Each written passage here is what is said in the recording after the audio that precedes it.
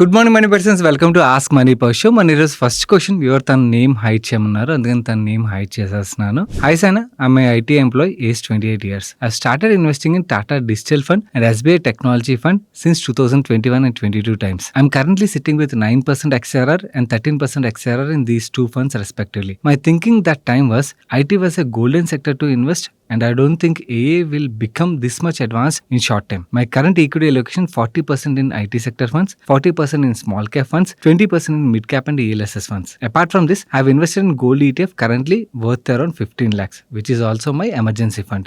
I want to achieve FIRE, hence invested aggressively in small caps and IT sector theme, keeping long-term investment outlook in mind. Due to recent advancement in AA, the fear has become real now that our IT SaaS and service companies' future and our IT jobs' future is uncertain despite upskilling. I'm not very sure that our Indian IT SaaS companies can adopt with AA and produce some value in future. I also have some positive hope that as best talent pool is available in India to work for IT, the companies can also transform along with AA.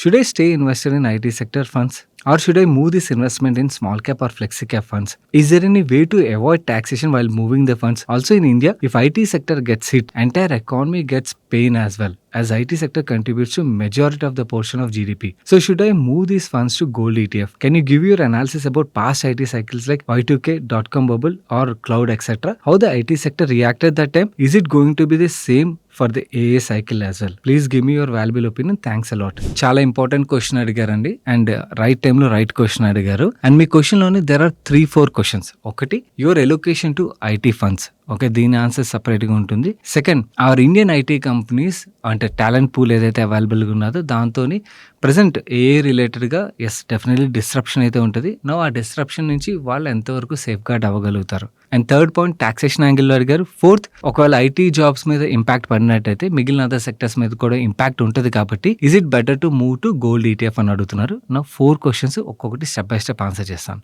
మీరు 2021, 2022లో ఐటీలో ఏదైతే allocation తీసుకున్నారో golden period అని, yes that's a best time. ఎందుకంటే valuations పరంగా IT companies చాలా అట్రాక్టివ్గా ఉన్నాయి. అండ్ ఐటీ కంపెనీస్ విషయంకి వచ్చేసరికి cash generating businesses, corporate governance పరంగా కూడా బెస్ట్ కార్పొరేట్ గవర్నెన్స్ మెయింటైన్ చేసే కంపెనీస్ ఇవన్నీ కూడా. సో ఇండియన్ ఐటీ కంపెనీస్లో ఇన్వెస్టర్లో అసలు తప్పే కదా 2021 అండ్ 2022లోని. బట్ మీరు అన్నట్టుగా ఏ ఫియర్ ఏదైతే ఉన్నదో now definitely it is real. And మనం యాక్చువల్లీ యాంటిసిపేట్ చేసే దానికన్నా ఏ ఒక అడ్వాన్స్మెంట్ చాలా ఫాస్ట్గా ఉన్నది. అండ్ దీని యొక్క ఇంపాక్ట్ యాక్చువల్లీ డెఫినెట్లీ ఉండబోతుంది మన ఇండియన్ ఐటీ కంపెనీస్ మీద.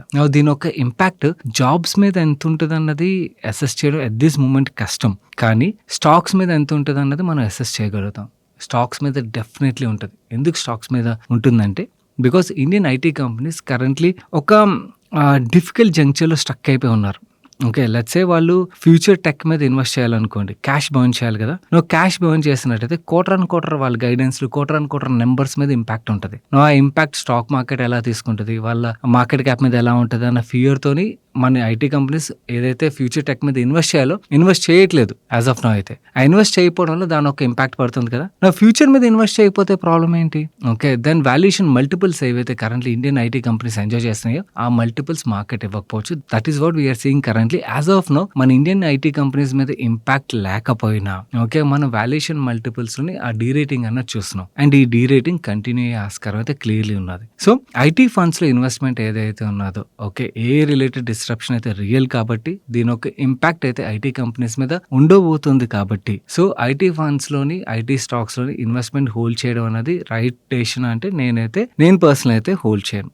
ఇంకా this is a time where I will book my profits and move to other sector. Okay, ఇది on the IT sector funds రిలేటెడ్గా ఎలొకేషన్ గురించి ఆన్సర్ అయితే. నెక్స్ట్ పాయింట్, మీరు ఈ ఫండ్స్ నుంచి ఎగ్జిట్ అయినట్టయితే ప్రాఫిట్లో ఉన్నారు కాబట్టి ట్యాక్స్ పడుతుంది. ఈ ట్యాక్స్ సేవ్ చేసుకోవడానికి మనకి ఏమైనా ఆప్షన్స్ ఉన్నాయా అంటే ద ఓన్లీ ఆప్షన్ ఇస్ మన క్యాపిటల్ గెయిన్ ట్యాక్స్ సేవ్ చేయాలంటే you have to buy A property. But capital gain tax save చేయడం కోసం చెప్పి ప్రాపర్టీ బై చేయడం అనేది రైట్ డెసిషన్ కాదంటాను నేను. ప్రాపర్టీ నచ్చి ప్రాపర్టీ కొనుక్కోవడం is different decision all together. But దీని రిలేటెడ్గా పే చేయాల్సి వస్తే ట్యాక్స్ పే చేసేండే కానీ ఓకే ట్యాక్స్ సేవ్ చేయడం కోసం చెప్పి ప్రాపర్టీలు కొండాలి ఇలాంటి పనులు చేయొద్దు. That's not a right decision. Okay. Third point మీరు ఇప్పుడు ఐటీ మీద ఇంపాక్ట్ పడినట్టయితే దాని యొక్క ఇంపాక్ట్ మిగిలిన సెక్టర్స్ మీద కూడా ఉంటది కాబట్టి సో గోల్డ్‌లోకి మూవ్ చేసేలా అని అడుగుతున్నారు. అండ్ ఇక్కడే ఇంకొక పాయింట్ కూడా యాడ్ చేసేస్తాను. పాస్ట్ సైకిల్స్ ఏవైతే ఉన్నాయో మనకి Y2K మూవ్‌మెంట్ ఆ టైంలోనే ఐటీ స్టాక్స్ మీద ఇంపాక్ట్ గురించి అడిగారు. Y2K మూవ్‌మెంట్ టైంలోని అది ఫియర్ మాత్రమే. బిజినెస్ మీద ఇంపాక్ట్ లేదు. సో స్టాక్ ప్రైస్‌లు పడినా కూడా అలాగే రికవర్ అయిపోయాయి. ఓకే. వెరస్ రిలేటెడ్‌గా ఇది ఫియర్ కాదు. ఓకే. దీని యొక్క ఇంపాక్ట్ డెఫినెట్‌లీ ఉంటది. ఓకే. అది క్లియర్‌లీ ఓన్లీ ఐటీ సెక్టర్ మీదే కాదు చాలా సెక్టర్స్ మీద అయితే ఉంటది. ఎవరైతే న్యూ టెక్నాలజీని అడాప్ట్ చేసుకుంటారో వాళ్ళకి డెఫినెట్‌లీ గ్రోత్ ఉంటది. Either it could be people or companies ఎవరైతే అడాప్ట్ చేసుకొని దాని నుంచి వాళ్ళ బిజినెస్‌ని ఫాస్ట్‌గా అంటే ఎజైల్ మూవ్‌మెంట్ ఉంటది చూడండి. ఆ మూవ్‌మెంట్ ఉన్న కంపెనీస్ కానీ పీపుల్ కానీ దే విల్ గ్రో ఫాస్టర్. మిగిలిన వాళ్ళు వెనక్కి పడిపోతారన్నమాట. Okay. So that is what we are going to see now. Okay. మిగిలిన సెక్టర్స్‌లో కూడా ఎవరైతే నేర్చుకోరో వాళ్ళు they will be left behind. It is like typewriter and computer movement.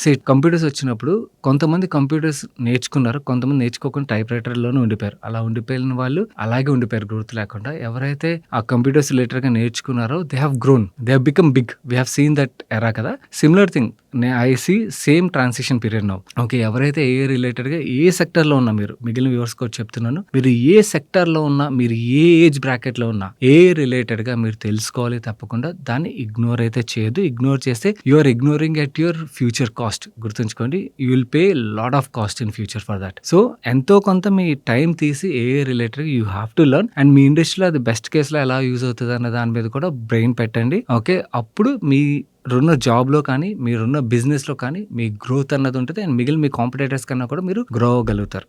Okay. So now the transition is real. So it is real కాబట్టి definitely ఈ transition period ఏదైతే ఉన్నదో ఓకే మన ఇండియన్ ఐటీ కంపెనీస్ అవ్వచ్చు, ఆ Indian IT talent అవ్వచ్చు. We have a fantastic talent. Definitely ఈ ట్రాన్సిషన్ని మనం అడాప్ట్ అయితే చేసుకుంటాం. బట్ ఆ అడాప్ట్ చేసుకునే పీరియడ్ వరకు మాత్రం ఐటీ స్టాక్స్లో పెయిన్ ఉండే ఆస్కారం అయితే ఉన్నది. Okay. It could be 2 years or 3 years 4 years మనం ఎవరు గెస్ట్ చేయలేం at this moment. And IT companies ఎలా అడాప్ట్ చేసుకుంటే అన్నది కూడా మనం ఎవరు గెస్ట్ చేయలేం. సో అలా గెస్ట్ చేయలేని అన్సర్టైన్ పీరియడ్లోని మనం ప్రాఫిట్లో ఉన్నప్పుడు మన క్యాపిటల్ ప్రొటెక్ట్ చేసుకుని వేరే దగ్గర మూవ్ చేయడం వుడ్ బి బెటర్ డెసిషన్ అవుతుంది. ఓకే. నెక్స్ట్ గోల్డ్‌లోకి మూవ్ చేయాలా? ఎందుకంటే బికాస్ ఐటీ సెక్టర్ మీద ఇంపాక్ట్ పడినట్టయితే మిగిలిన సెక్టర్స్ మీద ఇంపాక్ట్ పడుతుంది కదా. ఓకే. ముందు అంటే ఒక 5 సంవత్సరాలు 6 సంవత్సరాలు 7 సంవత్సరాల ముందు ఐటీ సెక్టర్ మీద ఉన్న డిపెండెన్సీ మన ఇండియన్ ఎకానమీ మీద ఏదైతే ఉండేదో అంత ఇప్పుడు లేదు.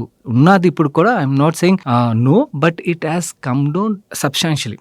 ఓకే. ఇప్పుడు ఇంతకుముందు ఒక ₹1,00,000 పైన జీతం సంపాదించే వాళ్ళు ఓన్లీ ఐటీ జాబ్‌లో మాత్రమే కనబడేవారు. ఇప్పుడు మనకి వేరియస్ అదర్ సెక్టర్స్‌లో కూడా కనబడుతున్నారుగా. Manufacturing is also picking up right. Okay. ఫార్మాలోని ప్రతి చోట మనకి ఇప్పుడు ఆ హై పేడ్ ఎంప్లాయీస్ ఎవరైతే ఉన్నారో వాళ్ళు వేరియస్ అదర్ సెక్టర్స్‌లో కూడా ఉన్నారు. వేరేస్ మనం ఒక 5-6 years ఆర్ 2008, 2009, 2010 టైం పీరియడ్‌లో తీసుకున్నట్టయితే ఐటీ తప్పించి మిగిలిన సెక్టర్స్‌లో సాలరీస్ ఎంత ఉండేవండి? చాలా తక్కువ ఉండేవి. ఓకే. స్పెండింగ్ అంతా కూడా ఐటీ ఎంప్లాయీసే ఉండేది. ఓకే. బట్ అలానే ఇప్పుడు మిగిలిన సెక్టర్స్ మీద ఇంపాక్ట్ ఉండదని అయితే నేను చెప్పట్లేదు. ఐటీ సెక్టర్ మీద ఏదైతే ఇంపాక్ట్ పడుతుందో అంటే ఐటీ ఎంప్లాయీస్ యొక్క గ్రోత్ మీద ఏదైతే ఇంపాక్ట్ పడుతుందో ఒకవేళ జాబ్స్ మీద ఇంపాక్ట్ పడినట్టయితే ఎంతో కొంత మిగిలిన సెక్టర్స్ మీద ఉంటుంది. అందులో మేజర్గా రియల్ ఎస్టేట్ సెక్టర్ ఏదైతే ఉన్నదో దాని మీద ఇంపాక్ట్ ఉండే ఆస్కారం అయితే డెఫినెట్లీ ఉన్నది. కాకపోతే ప్రీవియస్ సైకిల్స్ లో ఉన్నంత అయితే ఉండకపోవచ్చు అని నా యాంటిసిపేషన్. ఎందుకంటే బికాస్ ఇప్పుడు మనకి మిగిలిన అదర్ సెక్టర్స్ లో కూడా పే స్కేల్స్ అన్న బాగానే పెరిగాయి అండ్ ఎంప్లాయ్మెంట్ అక్కడ కూడా బాగానే పెరుగుతుంది. ఓకే. ఇంతకుముందు వైట్ కాలర్ జాబ్ అంటేనే మనకి ఐటీ మాత్రమే గుర్తొచ్చేది. ఇప్పుడు it is not the case. Okay. IT definitely holds dominant share but మిగిలిన సెక్టర్స్ లో కూడా మంచి హై పేయింగ్ ఇన్కమ్స్ అయితే ఉన్నాయి. ఓకే. నౌ గోల్డ్ లోకి మూవ్ చేయడం విషయానికి వచ్చేసరికి gold has seen a fantastic run-up. Okay. Normally gold ఏమవుతుందంటే గోల్డ్ గ్రోస్ అనే బ్లాక్స్ అన్నమాట. ఒక సర్టెన్ బ్లాక్ పీరియడ్స్ లో పెరుగుతుంది. దాని తర్వాత ఇంకొక బ్లాక్ పీరియడ్ అలాగే సబ్డ్యూడ్ గా ఉంటుంది. Okay. We have seen a fantastic rally in gold. Now ఇప్పుడు ఏవైతే గ్లోబల్ డెవలప్మెంట్స్ రీసెంట్ గా జరుగుతున్నాయి లాస్ట్ 1 week 10 days గా దీన్ని బట్టి వాట్ ఐ ఫీల్ కమోడిటీస్ లో ఉన్న ర్యాలీ ఏదైతే జరిగిందో అది సమ్వేర్ ఎండ్కి వస్తుందేమో నాకు అనిపిస్తుంది. Okay. We need to see. అంటే ఎప్పుడు కూడా ఈ గ్లోబల్ డెవలప్మెంట్స్ ఏవైతున్నాయో వాటి రిలేటెడ్గా మనం ఎప్పటికప్పుడు ఇవాల్వ్ అవుతున్న దాన్ని బట్టి మన డెసిషన్ అన్నది చేంజ్ చేసుకుంటూ ఉండాలి. So at this moment new developments ఏవైతే దాని ఆధారంగా కమోడిటీస్ లోని ర్యాలీ పీక్ వచ్చిందని అయితే అనిపిస్తుంది. సో ఇలాంటి టైంలో గోల్డ్ లోకి మూవ్ చేయను అంత రైట్ డెసిషన్ కాదన్నది నా వ్యూ. అండ్ మీరు ఒకవేళ స్మాల్ క్యాప్స్ మల్టీ క్యాప్స్ లోకి మూవ్ చేశారనుకోండి IT is part of them but it is not 100% IT funds. Okay, మీరు మల్టీ క్యాప్ ఫండ్స్ లో తీసుకున్నట్టయితే నువ్వు ఐటీలో ఎలొకేషన్ కుడ్ బి 8%, 9% 10% ఉంటుంది. మిగిలిన rest of the 90% is in various other sectors కదా. ఓకే, లెట్స్ సే మనకి ఇప్పుడు ట్రేడ్ డీల్స్ ఏవైతే జరుగుతున్నాయో యూఎస్ అవ్వచ్చు, యూరోపియన్ యూనియన్ తో అవ్వచ్చు, యూకే తో అవ్వచ్చు, వీటి వల్ల మిగిలిన అదర్ సెక్టర్స్ లో కూడా మనం చాలా మంచి గ్రోత్ చూసే ఆస్కారం అయితే క్లియర్లీ ఉన్నది. అండ్ ఎస్పెషల్లీ మ్యానుఫ్యాక్చరింగ్ సైడ్ అయితే మాత్రం డెఫినెట్లీ చాలా మంచి గ్రోత్ చూసే ఆస్కారం ఉన్నది. సో ఐ ప్రిఫర్, నేను గోల్డ్ బై చేసే దానికన్నా కూడా ఐటీ నుంచి నేను ఎగ్జిట్ అవ్వాలంటే I will move it to a small cap funds. Because ఎందుకంటే ఐ సీ వాల్యుయేషన్స్ పరంగా I'm comfortable there. I don't know recovery ఎంత టైం పడుతుంది అన్నది ఎవరు యాంటిసిపేట్ చేయలేరు. ఓకే, 1 month, 2 months, 6 months అయితే స్మాల్ క్యాప్స్లో అసలు ఇన్వెస్టే చేయకూడదు. అలాంటి యాంటిసిపేషన్ ఉన్నట్టయితే if somebody has a 5 years time ఆర్జన్ ఉంటే yes, small caps are right choice at this moment అన్నది నా వ్యూ వాల్యుయేషన్స్ పరంగా. రేపు మార్కెట్ ఒక సెంటిమెంట్ టర్న్ అయినప్పుడు మంచి ర్యాలీ మనకి స్మాల్ క్యాప్స్లో ఉంటుంది and high quality small caps will grow much faster. Okay, ఇది ఓవరాల్గా అయితే. సో ఐటీ సెక్టర్ ఫండ్స్లోనే ఎవరిదైనా ఎలొకేషన్ ఉన్నట్టయితే ఆర్ ఐటీ స్టాక్స్లో డబ్బులు ఉన్నా కూడా this is a time to relook into your strategy. ఎందుకంటే బిజినెసెస్ మీద డెఫినెట్లీ ఇంపాక్ట్ అయితే కనబడుతుందండి. అండ్ ఇంకొక as a brother or family member of yours నా సజెషన్ ఏంటంటే ఎవరైనా కూడా ఏ రిలేటెడ్గా ఇగ్నోర్ చేస్తున్నట్టయితే this is a time for you to step on. Okay, spend some time and learn. మీరు ఏ ఇండస్ట్రీలో ఉన్నా కూడా మీకు డెఫినెట్లీ ఏ రిలేటెడ్గా నేర్చుకోవాలి. నేర్చుకుంటేనే మీకు మంచి గ్రోత్ ఉంటుంది, ఫ్యూచర్ ఉంటుంది. మీరు పంపించిన నెక్స్ట్ క్వశ్చన్ ఆన్సర్ చేసే ముందు స్మాల్ రిమైండర్ గైస్, వీడియోలో షేర్ చేసిన ఇన్ఫర్మేషన్ మీకు హెల్ప్ఫుల్ అవుతుంది అనిపించినట్టయితే వీడియోని తప్పకుండా లైక్ చేయడం మర్చిపోకండి. అండ్ మీకు కూడా ఏదైనా క్వశ్చన్ మమ్మల్ని అడగాలనిపించినట్టయితే కింద కామెంట్ సెక్షన్ లో #AskMoneyPerson కంటిన్యూస్ గా రాసి మీ క్వశ్చన్ రాసినట్టయితే మీ క్వశ్చన్స్ మాకు రీచ్ అవుతాయి. మన నెక్స్ట్ క్వశ్చన్ టీసీపీ నాది అడుగుతున్నారు. Hello Sagar, how is R90 AI solutions companies fundamentals and its future, please explain. దీని రిలేటెడ్ ఆన్సర్ చేసే ముందు I have to give a disclosure. I'm personally invested in this company అండి. And it's very small company and reverse merger company కాబట్టి risk అనేది కొంచెం ఎక్కువ ఉంటుంది. So నా వ్యూస్ ఏవి షేర్ చేసినా కూడా బయాస్ గానే తీసుకోండి. మీరు మీ పర్సనల్ మీ ఫర్దర్ గా రీసెర్చ్ చేసిన తర్వాతే మీ డెసిషన్ మీరు తీసుకోండి. నా కంపెనీ రిలేటెడ్ నాకు ఏం నచ్చింది, ఓకే, రిస్క్ ఏం కనబడుతుంది అన్నది నేను మీకు ఎక్స్ప్లెయిన్ చేయడానికి అయితే ప్రయత్నిస్తాను. ఫస్ట్ థింగ్ నాకు కంపెనీ పరంగా నచ్చింది, ఎస్ వీళ్ళ బిజినెస్ ఇవన్నీ గుడ్.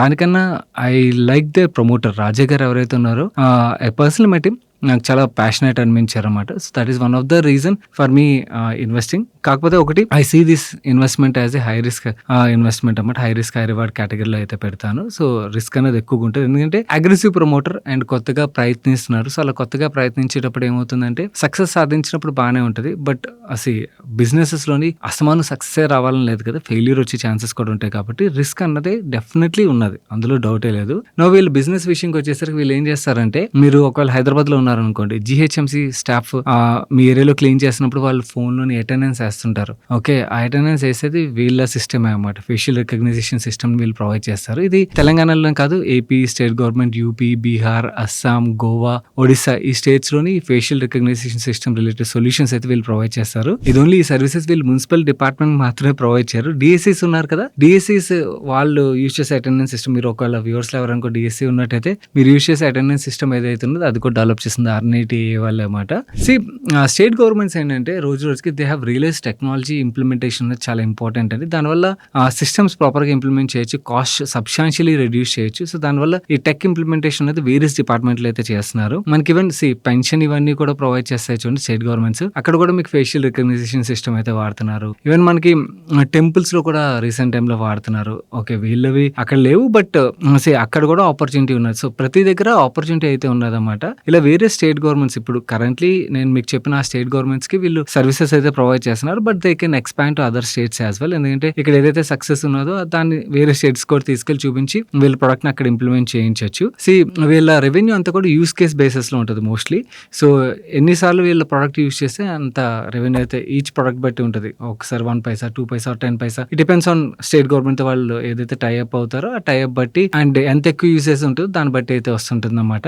అండ్ ఈ ఫేషియల్ రికగ్నైజేషన్ సిస్టమ్ మాత్రమే కాకుండా వీళ్ళు రీసెంట్ గా నియా అని చెప్పి ఒక కాన్వర్సేషన్ ఏ టూల్ డెవలప్ చేశారు. అండ్ ఏపీ స్టేట్ గవర్నమెంట్ ఈ ప్రొడక్ట్ ని రీసెంట్ గానే వాళ్ళు ఏపీ స్టేట్ గవర్నమెంట్ ప్రొడక్ట్ కింద అయితే ఇంట్రడ్యూస్ చేశారు. ఈ ప్రొడక్ట్ ఏంటంటే బేసికలీ వేరే స్టేట్ గవర్నమెంట్స్ కంపెనీస్ అయితే వాళ్ళ స్టేట్స్ కి వచ్చి ఫ్యాక్టరీస్ పెట్టమని చెప్పి వాళ్ళకి ఇన్వైట్స్ ఇస్తున్నారు, ల్యాండ్స్ ఇస్తున్నారు, ఇవన్నీ చేస్తున్నారు కదా. నువ్వు ఆ స్టేట్ లోని ఆ కంపెనీ వచ్చిన తర్వాత ఎందుకు కంపెనీస్ ని స్టేట్స్ వెల్కమ్ చేస్తాయి, అక్కడ ఆ స్టేట్ లో ఉన్న పీపుల్ ఎవరైతే ఉంటారో వాళ్ళకి ఎంప్లాయ్మెంట్ దొరుకుతుందని కంపెనీస్ ని అలౌ చేస్తాయి కదా. నువ్వు ఈ కంపెనీస్ ఏవైతే ఉన్నాయో ఆ స్టేట్ లో ఉన్న పీపుల్ కి ఎంప్లాయ్మెంట్ ఇవ్వాలని గ్యారంటీ ఉన్నది. ఎందుకంటే కంపెనీస్ ఎవరైతే స్కిల్ పీపుల్ ఉంటారో వాళ్ళని హైర్ చేయడం ప్రిఫర్ చేస్తారు కదా. సో అందు గురించి స్కిల్ డెవలప్మెంట్ చాలా క్రిటికల్ రోల్ అయితే ప్లే చేస్తుంది. సో ఏపీ స్టేట్ గవర్నమెంట్ ఏం చేస్తుందంటే వీళ్ళ నియాన్ యాప్ ఏదైతే వీళ్ళు డెవలప్ చేస్తారో ఆ యాప్ ఎలా వర్క్ అవుతుందంటే బేసికలీ ఎవరైనా కూడా రెజ్యూమ్ బిల్డ్ చేయడం రాలేదనుకోండి, ఈ యాప్ ద్వారా ఆ యాప్తో కాన్వర్సేషన్ చేసినట్టయితే మన స్కిల్స్ ఇవన్నీ అర్థం చేసుకుని అది రెజ్యూమ్ బిల్డ్ చేస్తుంది. రెజ్యూమ్ బిల్డ్ చేయడం మాత్రమే కాకుండా ఈ స్కిల్స్ ఏ జాబ్కి అప్లై చేస్తే పర్ఫెక్ట్ ఉంటుంది అన్నది వాళ్ళకి గైడ్ చేస్తుంది. అండ్ అలాగే ఇంటర్వ్యూ ఎలా ఫేస్ చేయాలన్నది దానికి ట్రైన్ చేస్తుంది. అండ్ ఆ జాబ్ రిక్వైర్మెంట్ రిలేటెడ్గా ఏవేవైతే ఉంటాయో అలాంటివన్నీ కూడా ఇన్ఫర్మేషన్ అయితే షేర్ చేస్తుంటుంది. ఇది ఏపీ స్టేట్ గవర్నమెంట్ రీసెంట్ గా వాళ్ళ ప్రొడక్ట్ కింద అనౌన్స్ చేశారు. సిమిలర్లీ ఈ ప్రొడక్ట్ ఈ కంపెనీదే కాబట్టి సేమ్ ప్రొడక్ట్ ని వీళ్ళు వేరే అదర్ స్టేట్ గవర్నమెంట్స్ కూడా తీసుకెళ్లి అక్కడ కూడా పిచ్ చేయొచ్చు. అండ్ ఇంకొక అడ్వాంటేజ్ వీళ్ళకి దొరికింది ఏంటంటే రీసెంట్ గా వరల్డ్ బ్యాంక్ ఇండియన్ గవర్నమెంట్ తో టైఅప్ అయి private sector job creation related గా ఫండింగ్ అయితే చేస్తామని అనౌన్స్ చేశారు. $8 to $10 billion per year next 5 years పాటు ఫైనాన్సింగ్ చేస్తామని అయితే అనౌన్స్ చేశారు. సో స్టేట్ గవర్నమెంట్స్ కి ఫైనాన్సింగ్ దొరుకుతున్నది అండ్ ప్రొడక్ట్ ఆల్రెడీ అవైలబుల్ ఉన్నది అండ్ ఆల్రెడీ ఒక స్టేట్ అయితే లాంచ్ చేసింది. సో ఇమీడియట్గా స్టేట్ లాంచ్ చేసింది కదా అని చెప్పి బీభత్సమైన రెవెన్యూస్ ఎక్స్పెక్ట్ చేయొద్దు. సో యూస్ కేస్ బేసిస్లో వీళ్ళకి రెవెన్యూ వస్తుంది కాబట్టి ఆ ప్రోడక్ట్ యొక్క యూసేజ్ అనేది బాగా పెరుగుతున్నదంటే వీళ్ళ రెవెన్యూస్ కూడా అలాగే పెరుగుతాయి అన్నమాట. కాకపోతే వీళ్ళు ఎక్స్పాండ్ అవ్వడానికి స్కోప్ అయితే బాగా దొరికింది. ఇది కంపెనీ రిలేటెడ్ మేజర్లీ అండ్ ఇది మాత్రమే కాకుండా ఈ కంపెనీ యొక్క ప్రమోటర్ వేరే అదర్ ప్రొడక్ట్స్ రిలేటెడ్గా కూడా వర్క్ చేస్తున్నారు. లెట్స్ సీ ఎంతవరకు సక్సెస్ సాధిస్తారు అన్నది. But he is a passionate promoter for sure. So ఆ ప్యాషనే has driven me to take that investment call. But again repeat చేస్తున్నాను, it's a high risky investment అన్నమాట. సో ఇలాంటి కంపెనీలు ఇన్వెస్ట్ చేసే ముందు ఫుల్ ఫ్లెజ్ గా రీసెర్చ్ చేసి మీ రిస్క్ అప్టైట్ని అర్థం చేసుకుని దాన్ని బట్టి ఇన్వెస్ట్మెంట్ డెసిషన్ తీసుకోవడానికి ప్రయత్నించండి. కానీ నా ట్రైన్ కాపీ కొట్టద్దు. ఎందుకంటే రేపు ఉదయం కొన్నిసార్లు మన ఇన్వెస్ట్మెంట్ రిలేటెడ్ డెసిషన్స్ వర్కౌట్ అవుతాయి, కొన్నిసార్లు వర్కౌట్ అవ్వకపోవచ్చు, ఫెయిల్యూర్ అయిన కేసులు కూడా ఉన్నాయి. సో అలాంటి టైంలో ఏంటంటే when you don't understand your own risk capability, so అప్పుడు యూ విల్ పానిక్ అన్నమాట స్టాక్ ప్రైస్ లో వాలటిలిటీ వచ్చినప్పుడు. అండ్ ఇలాంటి చిన్న కంపెనీస్ లో స్టాక్ ప్రైస్ లో వాలటిలిటీ అనేది క్వైట్ కామన్. ఎందుకంటే గ్రో అవడానికి టైం పడుతుంది. ఏమైనా ఎక్స్పెరిమెంట్ చేసేటప్పుడు అవి ఏంటంటే కొన్నిసార్లు సక్సెస్ సాధించడానికి టైం పడుతుంది. సో మన దగ్గర ఆ పేషెన్స్ క్యాపిటల్ అనేది ఉండడం చాలా ఇంపార్టెంట్. అది లేని వాళ్ళు ఇలాంటి కంపెనీలో ఇన్వెస్ట్మెంట్ డెసిషన్ తీసుకున్నట్టయితే they will not make money. Next question Santosh గారు అడుగుతున్నారు. Hi Sagar, I followed your videos from Covid time. With your help and guidance I have learned a lot on stock markets and financial knowledge. My question is in line with trade deals and eventually FIS coming back to India. Will the majority of their investments go to large cap? As I read somewhere that FIS holding in small caps is very small. I'm increasing my SIP in small cap, but I have some bulk amount to invest. With all the risks, I'm okay to invest in small cap funds. Just wanted to check the FIS to large cap scenario. మీరు చదివింది కరెక్టే సంతోష్ గారు. కాకపోతే ఎందుకు అలా అన్నది మనం అర్థం చేసుకోవడం చాలా ఇంపార్టెంట్. FIS ఒక ఫండ్ సైజ్ చూసాం అనుకోండి, మనకి 1,00,000 కోట్లు ఆర్ దాని పైన ఉంటాయి. సో అంత సైజ్ ఫండ్ ఏమవుతుందంటే వాళ్ళు ఒక 3%, 4% ఒక కంపెనీలో డిప్లాయ్ చేయాలనుకోండి, అంటే 3,000 నుంచి 4,000 కోట్లు డిప్లాయ్ చేయాలి కదా. మనకి స్మాల్ క్యాప్ స్టాక్స్ చూసాం అనుకోండి, 10,000 కోట్లు 15,000 కోట్లు మార్కెట్ క్యాప్ లో ఉంటాయి. నువ్వు 10,000 కోట్ల కంపెనీలోని 4,000 కోట్లు ఇన్వెస్ట్ చేయడం అన్నది అంత ఈజీగా అవ్వదు కదా. అంత స్టాక్ అవైలబుల్ ఉండదు, ఫ్లోటే అవైలబుల్ ఉండదు. సో అందు గురించి FIS అవ్వచ్చు, ఈవెన్ మనకి DAS లో కూడా లార్జ్ ఫండ్స్ ఏవైతే ఉంటాయో చాలా వరకు వాళ్ళు ఎవరు కూడా 1,000 కోట్లు బిలో కంపెనీలో ఇన్వెస్ట్ చేయరు. దానిపైన మార్కెట్ క్యాప్ ఉన్న కంపెనీలోనే ఇన్వెస్ట్ చేయడానికి ప్రయత్నిస్తారు. ఎందుకంటే బికాజ్ వాళ్ళు డిప్లాయ్ చేయడం ఈజీ, వాళ్ళు ఒకవేళ సెల్ చేయాలన్నా కూడా వాళ్ళకి ఈజీ అవుతుంది అన్నమాట. అందు గురించి మేజర్లీ మనకి FII మనీ రిటర్న్ వచ్చినప్పుడు major large caps and larger mid caps లోకి వెళ్తుంది. కాకపోతే ఎప్పుడైతే FIS తిరిగి ఇండియన్ మార్కెట్ లో ఇన్వెస్ట్ చేయడం స్టార్ట్ చేస్తారో ఆటోమేటిక్ ఏమవుతుంది, సెంటిమెంట్ పాజిటివ్ గా టర్న్ అవుతుంది కదా. సో సెంటిమెంట్ ఎప్పుడైతే పాజిటివ్ గా టర్న్ అవుతుందో మనకి మార్కెట్ లో చాలా మంది ఇన్వెస్టర్లు వస్తారు. ఇప్పుడు ప్రెసెంట్ మనం మిడ్ అండ్ స్మాల్ క్యాప్స్ లో కరెక్షన్ ఎందుకు చూస్తున్నాం? It is not mid and small cap companies ఒక ఎర్నింగ్స్ పడిపోయి మనం చూడలేదు. ఎర్నింగ్స్ పరంగా చాలా mid and small cap companies చాలా మంచి గ్రోత్ డెలివర్ చేస్తున్నాయి. కాకపోతే లిక్విడిటీ లేకపోవడం వల్ల మనం చాలా స్టాక్స్ లో ప్రెషర్ చేస్తున్నాం. ఎస్పెషల్లీ మీరు SME స్టాక్స్ లో చూసారనుకోండి, చాలా కంపెనీస్ మంచి గ్రోత్ రేట్లే డెలివర్ చేస్తున్నాయి, బట్ స్టాక్స్ అయితే పడుతున్నాయి. సో ఏమైందంటే మార్కెట్ లోంచి ఒక్కసారి లిక్విడిటీ బయటకు వెళ్ళిపోయింది మిడ్ అండ్ స్మాల్ క్యాప్స్ లోంచి. ఎస్పెషల్లీ మన గోల్డ్ అండ్ సిల్వర్ లో ఎప్పుడైతే బాగా ర్యాలీ అయిందో చాలా వరకు కమోడిటీస్ లో మనీ మూవ్ అవడం అండ్ మార్కెట్ ఆల్మోస్ట్ లాస్ట్ 2 సంవత్సరాల దగ్గర ఇదే కండిషన్ లో ఉన్నది కదా. సో మనకి రీటైల్ మనీ ఏదైతే ఫ్రెష్ మనీ రావడం ఉంటుందో ఆ ఫ్రెష్ మనీ తగ్గడం అండ్ మార్కెట్ లోంచి ఫ్లోట్ బయటకు వెళ్ళడంతో మనకి ఆ mid and small caps liquidity dry అయిపోవడంతో మనం స్టాక్స్ లో ప్రెషర్ చూస్తున్నాం. ఎప్పుడైతే అగైన్ ఈ మనీ మనకి మార్కెట్ లోకి వస్తుంది FIS, అది ఆటోమేటిక్ గా సెంటిమెంట్ టర్న్ అయినప్పుడు అగైన్ మార్కెట్ లో మనీ వస్తుంది కదా. అండ్ ఎర్నింగ్ గ్రోత్ బాగున్నది అనుకోండి, వాల్యుయేషన్ చీప్ గా ఉన్నాయి అనుకోండి, వాల్యుయేషన్ రీరేటింగ్ అవుతుంది. అప్పుడు యాక్చువల్లీ గ్రోత్ అనేది ఎక్స్పోనెన్షియల్ ఉంటుంది అన్నమాట. సో ఇది కాన్సెప్ట్ అయితే.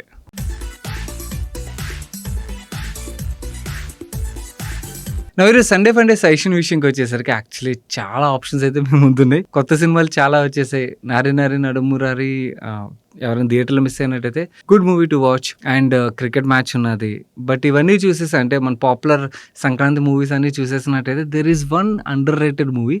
ఈ మూవీ రిలేటెడ్గా పెద్దగా ఎవరు మాట్లాడలేదు, బట్ మూవీ అయితే రియలీ గుడ్. ఓకే, ప్రైమ్లోని అదర్స్ అని చెప్పి ఒక తమిళ్ మూవీ తెలుగు డబ్బింగ్లోని ఉన్నది అవైలబుల్గా.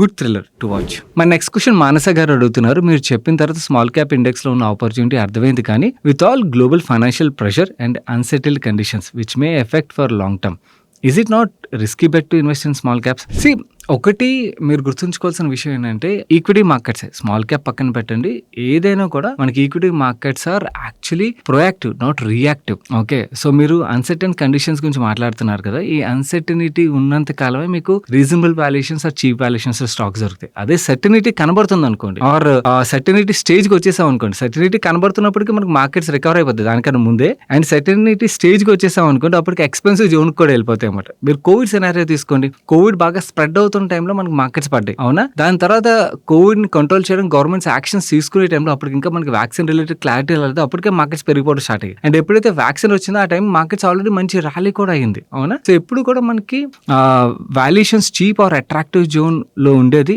అన్సర్టనిటీ ఉన్నప్పుడే, ఇది గుర్తుంచుకోండి. And yes, small caps are risky for sure. అందుకనే స్మాల్ క్యాప్స్ లో మనం 6 months కో 1 year కో 2 years కో ఎప్పుడు ఇన్వెస్ట్ చేయకూడదు. స్మాల్ క్యాప్ లో ఇన్వెస్ట్ చేసినాం అంటేనే క్లియర్ గా మనం ఒక 5 years టైం లైన్ పెట్టుకుని ఇన్వెస్ట్ చేయాలి. అండ్ ఈ అన్సర్టనిటీ మీకు ఒక let's 1 year 1.5 year 2 years continue అయింది అనుకుందాం, ఇప్పుడు ఎన్నాళ్ళు ఉంటుంది అన్నది. సో అన్నాళ్ళు మీకు ఆ అక్యుములేషన్ కి ఆపర్చునిటీ క్రియేట్ అవుతుంది. అండ్ ఇంకొక విషయం గుర్తుంచుకోండి, ఇలాంటి వాల్యుయేషన్స్ లో ఉన్నప్పుడు మనం ఏదైతే ఎస్ఐపి అవ్వచ్చు, లంసమ్ అమౌంట్ అవ్వచ్చు ఇన్వెస్ట్ చేస్తామో, మన ఓవరాల్ లాంగ్ టర్మ్ పోర్ట్ఫోలియోలోని మనకి XARR మీద చాలా పాజిటివ్ ఇంపాక్ట్ క్రియేట్ చేస్తుంది. ఎవరైతే కోవిడ్ ఇన్వెస్టర్స్ ఉంటారో వాళ్ళ ఎస్ఐపి మీరు స్టేట్మెంట్ తీసుకున్నారనుకోండి, అంటే కోవిడ్ పీరియడ్ నుంచి దాని తర్వాత లాస్ట్ 6 year పీరియడ్ మీరు స్టేట్మెంట్ తీసుకున్నట్టయితే ఆ టైంలో డెబిట్స్ ఏవైతే ఉంటాయో ఆ డెబిట్స్ ఒక రిటర్న్ అనేది చాలా ఎక్కువ ఉంటుంది. ఓవరాల్ గా అది మన XARR మీద చాలా పాజిటివ్ ఇంపాక్ట్ ప్లే చేస్తుంది అన్నమాట. So these are actually opportunity times. Long term investors ఎవరైతే ఉంటారో, రిస్క్ తీసుకోగలిగింది అండ్ ఆ రిస్క్ వాళ్ళ ఫైనాన్షియల్ ప్లానింగ్ సపోర్ట్ చేసిన వాళ్ళు ఎవరైతే ఉంటారో వాళ్ళకి ఈ టైంలో సైజింగ్ రిలేటెడ్ గా తీసుకునే డెసిషన్ అంటే స్మాల్ క్యాప్స్ రిలేటెడ్ గా. అదే రిస్క్ ఎప్పుడైతే సెట్ అవ్వదు అనుకోండి, ఒకవేళ మీరు రిటైర్డ్ పర్సన్ అండ్ మీ డబ్బుల మీద మీరు క్యాష్ ఫ్లోస్ అంటే ఏదైతే లంసమ్ అమౌంట్ ఉందో ఆ లంసమ్ అమౌంట్ నుంచి మీరు SWP తీసుకోవాలి, ఆ క్యాష్ ఫ్లోస్ మీద డిపెండ్ అవుతారు అనుకోండి. ఇన్ దట్ కేస్ మీరు స్మాల్ క్యాప్స్ లో ఇన్వెస్ట్ చేయడం అనేది అసలు కరెక్ట్ కాదు. ఓకే, ఎవరైతే యంగ్ ఇన్వెస్టర్స్ ఉంటారో వాళ్ళకి అర్థమవుతుంది, అలాంటి వాళ్ళ కోసమే తప్పించి. So these are best times small caps లోని, కాకపోతే మన దగ్గర పేషెన్స్ అండ్ టైం ఆరిజిన్ ఉండాలి. మన next question financial planning related question. I would like your help in planning my finances and early retirement. నా గోల్ 50 years కల్లా retire అయిపోవాలని. నా ప్రెసెంట్ ఫైనాన్షియల్ డీటెయిల్స్ విషయంకి వచ్చేసరికి age 22 years, current working location Kolkata, but will move to Hyderabad in 3 to 4 years.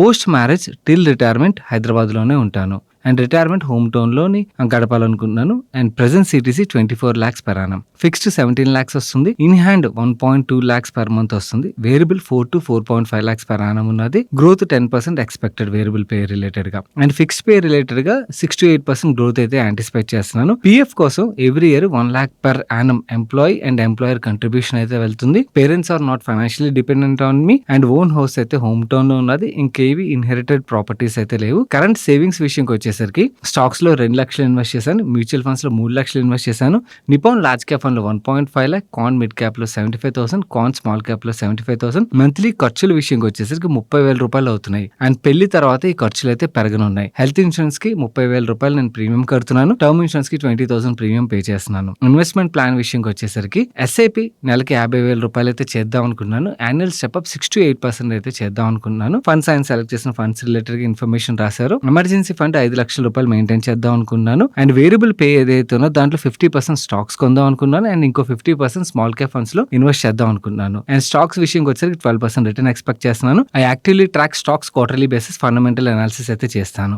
Financial goals and aspiration విషయంకి వచ్చేసరికి పెళ్లి 26 నుంచి 27 సంవత్సరాల మధ్యలో అయితే చేసుకుందాం అనుకున్నాను. ఎక్స్పెక్టెడ్ కాస్ట్ నా హోమ్ టౌన్ లోని 50 నుంచి 60 లక్షల రూపాయలు అయితే అవుతుంది, ఇంక్లూడింగ్ గోల్డ్. ఈ ఎంటైర్ ఎక్స్పెన్స్ మ్యూచువల్ ఫండ్స్ నుంచి కానీ లేకపోతే లోన్ ద్వారా కానీ స్పెండ్ చేద్దాం అనుకున్నాను. డ్రీమ్ హౌస్ విషయంకి వచ్చేసరికి నా 36 సంవత్సరాల నుంచి 38 సంవత్సరాల మధ్యలోనైతే ఇల్లు కొనుక్కుందాం అనుకున్నాను. కాస్ట్ 70 lakhs పడుతుంది అనుకున్నాను. ఫండింగ్ 70% హోమ్ లోన్, 30% సేవింగ్స్ ద్వారా పే చేద్దామని, లోన్ టెన్యూర్ 10 years వరకు అయితే తీసుకుందాం అనుకున్నాను. 45 వరకు ఈఎంఐస్ పే చేస్తాను. దాని తర్వాత ఏదైతే SWP మ్యూచువల్ ఫండ్స్ ద్వారా ఉన్నదో దాని నుంచి ఫండ్ చేద్దాం అనుకున్నాను. ల్యాండ్ పర్చేస్ విషయంకి వచ్చేసరికి ఫాదర్ ప్లాన్ ఏంటంటే, ఫాదర్ దగ్గర 70 lakhs క్యాష్ ఉన్నది. He wants to buy a land worth 1 crore. Remaining 40 to 50 lakhs ఏదైతే ఉన్నదో లోన్ తీసుకుందో నా పేరు మీద అనుకున్నారు. దానికి ఒక ఈఎంఐ అయితే పడుతుంది. Should I go ahead with this plan or avoid it? Alternative to land purchase, instead of this land, buy a land for 40 to 50 lakhs, construct a 3-stored building 2 BHK and rent it, and current rental in my area is 10 to 15,000 per annum for each unit. Which option is better for long term? Car purchase plan విషయంకి వచ్చేసరికి 25 years కి car కొందాం అనుకున్నాను. Fantastic clarity అండి. అసలు మీ age కి ఈ clarity అనేది చాలా అమేజింగ్ అనిపిస్తుంది. ఓకే, అంటే ఏ ఏజ్ బ్రాకెట్ లోని ఏ ఫైనాన్షియల్ గోల్ క్లియర్ చేసుకోవాలని 22-23 years లోని మీరు ఆలోచిస్తున్నారంటే అమేజింగ్. అసలు I appreciate you. And in fact మీకు ఇంత క్లారిటీ ఉన్నప్పుడు మీ గోల్స్ అన్ని కూడా చాలా ఈజీగా అచీవ్ చేయగలుగుతారు. నా ఈ కార్ రిలేటెడ్ గా 15 to 20 lakhs లోపల అయితే కొందాం అనుకున్నాను. అండ్ పిల్లల ఎడ్యుకేషన్ రిలేటెడ్ గా ప్లాన్ చేసుకోవాలి. అండ్ రిటైర్మెంట్ కూడా 50 years కల్లా ప్లాన్ చేయాలి. అండ్ రెగ్యులర్ లివింగ్ ఎక్స్పెన్సెస్ కి SWP అయితే ప్లాన్ చేసుకోవాలి. నా కీ క్వశ్చన్స్ ఏంటంటే, నా గోల్స్ ఏవైతున్నాయి, కరెంట్ ఇన్కమ్ అండ్ నా అసంప్షన్స్ ద్వారా am I being too aggressive? No, not at all. Actually, you are perfect. అదైతే చెప్పగలను. What changes should I make at 22 to realistically retire at 50 years? Land purchase versus rental property, which is better option for my situation? And what would be rough retirement corpus I should aim for? Looking forward for your guidance. Okay, మీరు ఇచ్చిన details అని XL షీట్లో input చేసేసాం already. Let me show you the numbers. Me car purchase రిలేటెడ్గా ఎలాగా లోన్కి వెళ్తా అన్నారు కాబట్టి ఆ పార్ట్ నేను కవర్ చేయట్లేదు. పెళ్లి రిలేటెడ్గా కవర్ చేస్తాను. పెళ్లి తర్వాత నెక్స్ట్ మీ గోల్ డ్రీమ్ హౌస్ రిలేటెడ్గా కదా, దాని గురించి ఫస్ట్ మాట్లాడుకుందాం. దాని తర్వాత పెళ్లి రిలేటెడ్గా దాని డీటెయిల్స్ కూడా మాట్లాడతాను. 38 years అయితే మీరు ఇల్లు కన్స్ట్రక్ట్ చేయాలనుకున్నారు కాబట్టి ఇంకా 16 సంవత్సరాల టైం అయితే ఉన్నది. ప్రెసెంట్ 70 lakhs కాస్ట్ అయినట్టయితే 7% ఇన్ఫ్లేషన్ తీసుకున్నట్టయితే మీరు ఆ టైంకి ఇల్లు కొనే టైంకి మినిమం 2 కోట్లు అయితే ఉండాలి. ఎందుకంటే కొంచెం ఎక్కువే అవుతుంది. 2 కోట్లు హౌస్కి పడేటట్టయితే 61 lakhs మీకు డౌన్ పేమెంట్ అయితే కావాలి. మిగిలిన 1,44 lakhs అయితే మీరు లోన్కి వెళ్తారు. అప్పుడు ఈఎంఐ మీకు 1,71,000 అయితే పడుతుందండి. నా మీరు ప్రెసెంట్ అయితే 5 లక్షల రూపాయలు మీ దగ్గర ఇన్వెస్ట్మెంట్ ఉన్నది కదా, అంటే 50,000 రూపాయలు అయితే మీరు ఇన్వెస్ట్ చేస్తా అన్నారు ఎస్ఐపి రూపంలో ప్రతి మంత్, అండ్ స్టెప్అప్ చేస్తామన్నారు. 12% రిటర్న్ నేను ఎజ్యూమ్ చేశానంటే 26 years కి మీరు పెళ్లి చేసుకునేటట్టయితే అప్పుడు 50 lakhs కావాలన్నారు కదా. సో అప్పుడు మీ దగ్గర 50 lakhs కార్పస్ అయితే బిల్డ్ అయిపోతుందండి. 50 lakhs మనం విత్డ్రా చేస్తే మీ ఇన్వెస్ట్మెంట్ ఒక వాల్యూ ఇంకా బ్యాలెన్స్ ఇంకొక 3-3.5 lakhs అయితే మిగులుతుంది. మళ్ళీ again me SIP and step up అది కంటిన్యూ చేస్తూ వెళ్తున్నట్టయితే మీరు 38లోని డౌన్ పేమెంట్ అయితే మీకు కావాలి 61 lakhs. 61 lakhs మీరు విత్డ్రా చేశారనుకోండి, 2 కోట్ల పైన ఉంటుంది మీ కార్పస్. అప్పటికి ఇంకొక 2,15 lakhs అయితే కార్పస్ మిగులుతుంది. ఈ గ్రోత్ పార్ట్ మా రైస్ క్యాలిక్యులేట్ చేసేటప్పుడు షార్ట్ కట్లు వాడతాడు అనమాట. యాక్చువల్లీ ఇక్కడ గ్రోత్ పార్ట్ కూడా చూపిస్తే మీకు ఇంకా క్లారిటీ ఉంటుంది. బట్ అది లేపేస్తాడు మా వాడు, లేపేసి క్యాలిక్యులేట్ చేస్తాడు, అందులో నన్ను ఇంక్లూడ్ చేసేస్తాడు. ఈ 2,15 lakhs ఏదైతే ఉన్నదో అండ్ ఆల్సో ఈఎంఐ పార్ట్ ఏదైతే ఉన్నదో, ఈఎంఐ SWP 39 years నుంచి ప్లాన్ చేసాం అనుకోండి. ఈవెన్ అలా ప్లాన్ చేసినా కూడా మీ దగ్గర ఎండ్ 9 కోట్ల కార్పస్ అయితే ఈ సేవింగ్స్ ఏవైతే ఉన్నాయో ఈ సేవింగ్స్ ఆధారంగా ఉంటుంది. అండ్ ఆల్సో మీ పీపీఎఫ్ ఉన్నది కదా, ఆ పీపీఎఫ్ పార్ట్ నుంచి అరౌండ్ అప్రాక్సిమేట్లీ 1,81 lakhs కార్పస్ అయితే క్రియేట్ అవ్వచ్చు. అది కూడా మీ ఇన్కమ్ గ్రో అయ్యే కొద్దీ ఆ పీపీఎఫ్ కంట్రిబ్యూషన్ కూడా పెరుగుతుంది. కాబట్టి ఓవరాల్గా మీ రిటైర్మెంట్కి అయితే అప్రాక్సిమేట్లీ 11 కోట్లు అయితే కావాలి. అదైతే కంఫర్టబుల్లీ మీరు అచీవ్ చేసేస్తారని అయితే అనిపిస్తుంది. అండ్ ఈవెన్ పిల్లల ఎడ్యుకేషన్ రిలేటెడ్గా కూడా మీ ఇన్కమ్ అయితే పెరుగుతూ ఉంటుంది కదా. ఇన్కమ్ పెరిగినప్పుడు దాని రిలేటెడ్ కూడా ఐ థింక్ కంఫర్టబుల్లీ మీరు అచీవ్ చేస్తారని అయితే అనిపిస్తుంది. కాకపోతే ఇప్పుడున్న డిసిప్లిన్ ఏదైతే ఉన్నదో ఈ డిసిప్లిన్ మీరు కంటిన్యూ చేయాలి. 22లో ఉన్నది ఓకే, పెళ్ళి అయిన తర్వాత మారిపోకూడదు. ఈ డిసిప్లిన్ ఉన్నదనుకోండి, ఐ కెన్ క్లియర్లీ సీ మీరు financially step by step settle అయిపోతారు. మీ గోల్స్ అన్ని కూడా కంఫర్టబుల్లీ అచీవ్ చేయగలుగుతారు.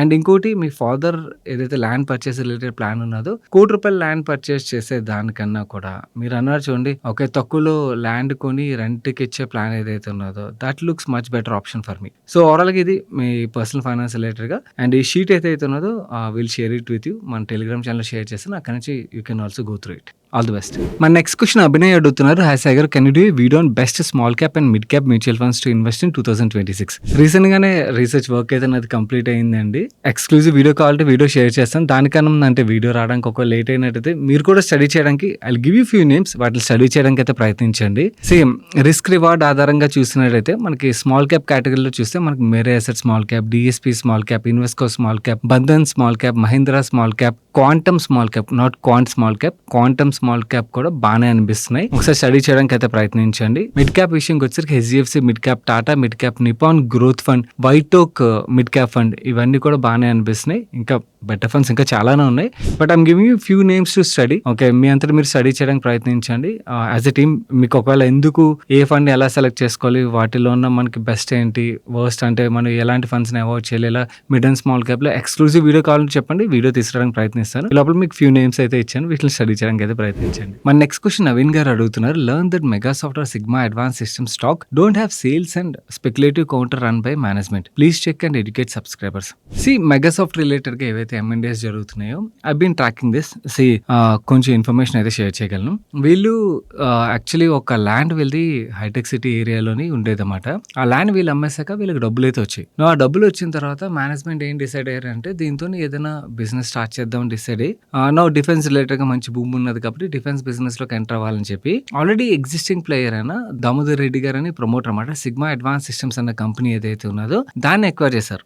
ఈ సిగ్మా అడ్వాన్స్ సిస్టమ్స్ ఒక సబ్సిడీ కంపెనీ ఒకటి ఉన్నది, ఇంద్రజాల్ ఏ అని చెప్పి యాంటీ డ్రోన్ సిస్టమ్స్ అయితే వీళ్ళు మ్యానుఫ్యాక్చర్ చేస్తుంటారు. నా ఎక్విజిషన్ తర్వాత ఈ సిగ్మా అడ్వాన్స్ సిస్టమ్స్ ఒక బిజినెస్ మొత్తం మెగాసాఫ్ట్ లోకి మర్జ్ అయిపోయింది. అండ్ సిగ్మా అడ్వాన్స్ సిస్టమ్స్ కి ప్రొడక్ట్స్ ఉన్నాయి. ఓకే, సో బిజినెస్ పరంగా ఈ యాక్చువల్లీ ఏంటంటే కరెంట్లీ మీరు మెగాసాఫ్ట్ ఒక నెంబర్స్ చూసినట్టు ఈ నెంబర్స్ కనబడవు. బట్ సిగ్మా ఒక మర్జర్ ఏదైతే జరిగిందో ఆ మర్జర్ వల్ల మనకి సిగ్మా ఒక నెంబర్స్ మెగాసాఫ్ట్ లో అయితే కనబడతాయి. ఓకే, ఇది నెంబర్స్ పరంగా మనం మాట్లాడుకోవాలంటే. కానీ ఇక్కడ ఒక కన్సర్న్ పార్ట్ ఉన్నది. మీరు ఫిచ్ ఒక క్రెడిట్ రేటింగ్ రిపోర్ట్ ఉన్నది, ఇండియా రేటింగ్స్ రిపోర్ట్ ఏదైతే ఉన్నదో మెగాసాఫ్ట్ లో మీకు వెళ్ళి స్క్రీన్ లో చూసినా కూడా కనబడుతుంది. ఫస్ట్ అది ఓపెన్ చేశారనుకోండి, సిగ్మా అడ్వాన్స్ సిస్టమ్స్ ఒక top line and EBITDA number మీరు చూసారనుకోండి, 107 crores టాప్ లైన్ అయితే లాస్ట్ ఫైనాన్షియల్ లో కనబడుతుంది అండ్ 25 crores ఎబిటా అయితే కనబడుతుంది. ఈ M&A తర్వాత మెగాసాఫ్ట్ ఒక మార్కెట్ క్యాప్ 3,000 కోట్ల పైన వెళ్ళిపోయింది.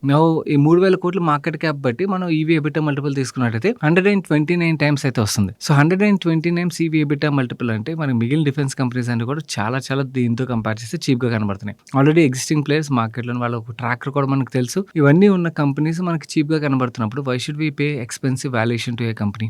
ఓకే, ఈ M&A తర్వాత ఏమైంది, ప్రమోటర్స్ ఒక స్టేక్ కూడా సబ్స్టాన్షియల్ ఇంక్రీజ్ అయిపోయింది. సో బేసికలీ సిగ్మాని ఎక్వైర్ చేయడం, సిగ్మా మాత్రమే కాకుండా నాస్మిత్ అని ఇది యూరోపియన్ కంపెనీ అన్నమాట, దాన్ని ఎక్వైర్ చేయడం, ఇవన్నీతో వీళ్ళు ఏంటంటే గ్లోబల్ డిఫెన్స్ కంపెనీ కింద దీన్ని మూవ్ చేద్దామని అయితే చూస్తున్నారు. ఆ ఇంటెన్షన్ అయితే right, but as a investor మనం చూడాల్సింది ప్రమోటర్స్ ఒక ఇంటెన్షన్ మాత్రమే కాదు, మనం ఎంటర్ అవుతున్న వాల్యుయేషన్స్ కూడా చాలా ఇంపార్టెంట్. కరెంట్లీ మనం ఈ M&A తర్వాత వాల్యుయేషన్ ఏదైతే చూస్తున్నామో ఈ వాల్యుయేషన్ అయితే సిగ్మా ఎగ్జిస్టింగ్ నెంబర్స్ ఏవైతే దాన్ని బట్టి చూసినట్టయితే చాలా చాలా ఎక్స్పెన్సివ్. ఎవరైనా డిఫెన్స్ కంపెనీలు ఇన్వెస్ట్ చేయాలనుకున్నట్టు there are other companies where we can see good companies better వాల్యుయేషన్లో ఉన్నవి. So that would be better idea అని చెప్తాను. So that's it for today's ask money pi show guys. Video నచ్చి ఇప్పటివరకు like చేయనట్టయితే వీడియోని లైక్ చేస్తే మీ ఫ్రెండ్స్ అండ్ ఫ్యామిలీకి హెల్ప్ఫుల్ అవుతుందంటే వీడియోని తప్పకుండా షేర్ చేయడం అయితే మర్చిపోకండి. నేను సాయి కృష్ణ పత్రి మరొక మంచి వీడియోతో మీ ముందుకు వస్తాను. Till then bye bye, take care.